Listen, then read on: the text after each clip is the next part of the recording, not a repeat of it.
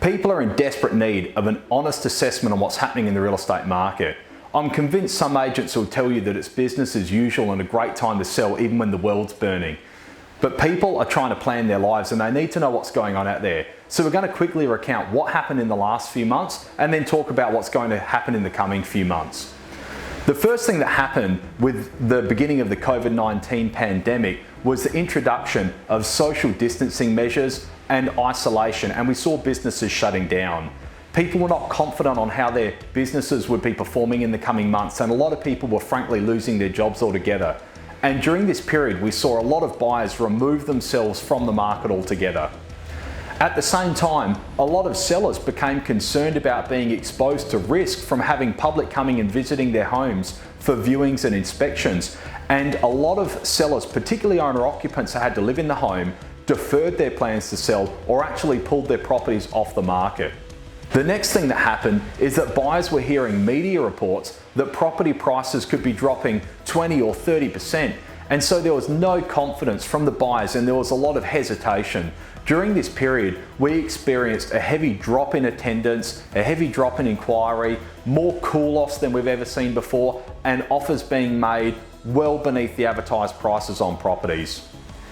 In response to this, sellers again deferred their plans to sell and many again withdrew their homes from the market, no longer convinced that it was the right economic climate to achieve a premium for the sale of their property. Now, I think everybody assumed in the short term this would cause prices to drop, but the old supply and demand graph held true, and what actually happened was there was fewer buyers in the market, fewer listings available for them to consider. So while there was a contraction in the volume of properties transacting, prices were not actually immediately affected, at least in the short term. This was a massive time of change for the real estate space. They shut down open for inspections, they shut down auctions. We noticed that people really didn't want us physically attending their properties to provide appraisals, and we implemented all sorts of new technology, digital appraisals, virtual reality tours. We found a way to persevere and continue with listing and selling real estate, but it required more effort from the buyer, the seller, and the agent alike. So there was a reduction, and only the most genuine and motivated buyers and sellers remained in the market.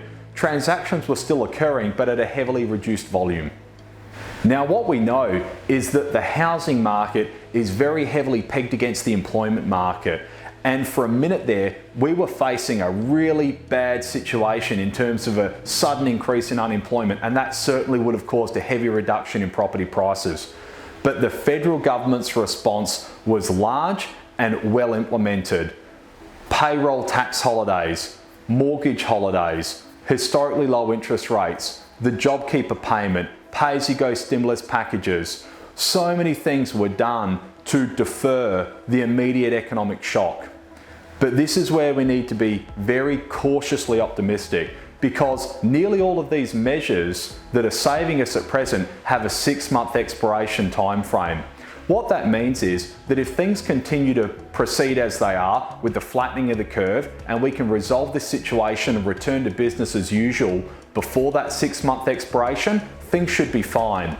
Where it will get a little scary is if we've not gotten on top of this situation, those measures come to expiration at the end of that 6 months, and suddenly people are being stood down. There's no more tax holidays, no more moratorium on evictions, no more JobKeeper payments. That's where we'll experience the true effect to the employment market and the flow-on effect to the housing market. The reason why it's important to understand this is because if you're planning on selling your home in the next year, your home may have a greater value in the next 3 months than it will in the next 9.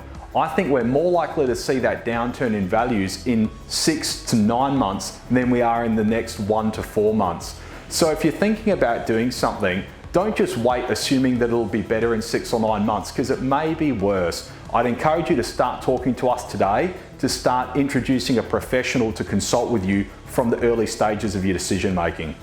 And as a final point, it's far too simplistic to simply label a real estate market as being good or bad. Any market presents threats to some people and opportunities to others, and we are going to help you navigate that. So reach out to us, get us involved in your plans and your decision making, and we'll make sure that you're there to take advantage of the opportunities and protect you from the threats.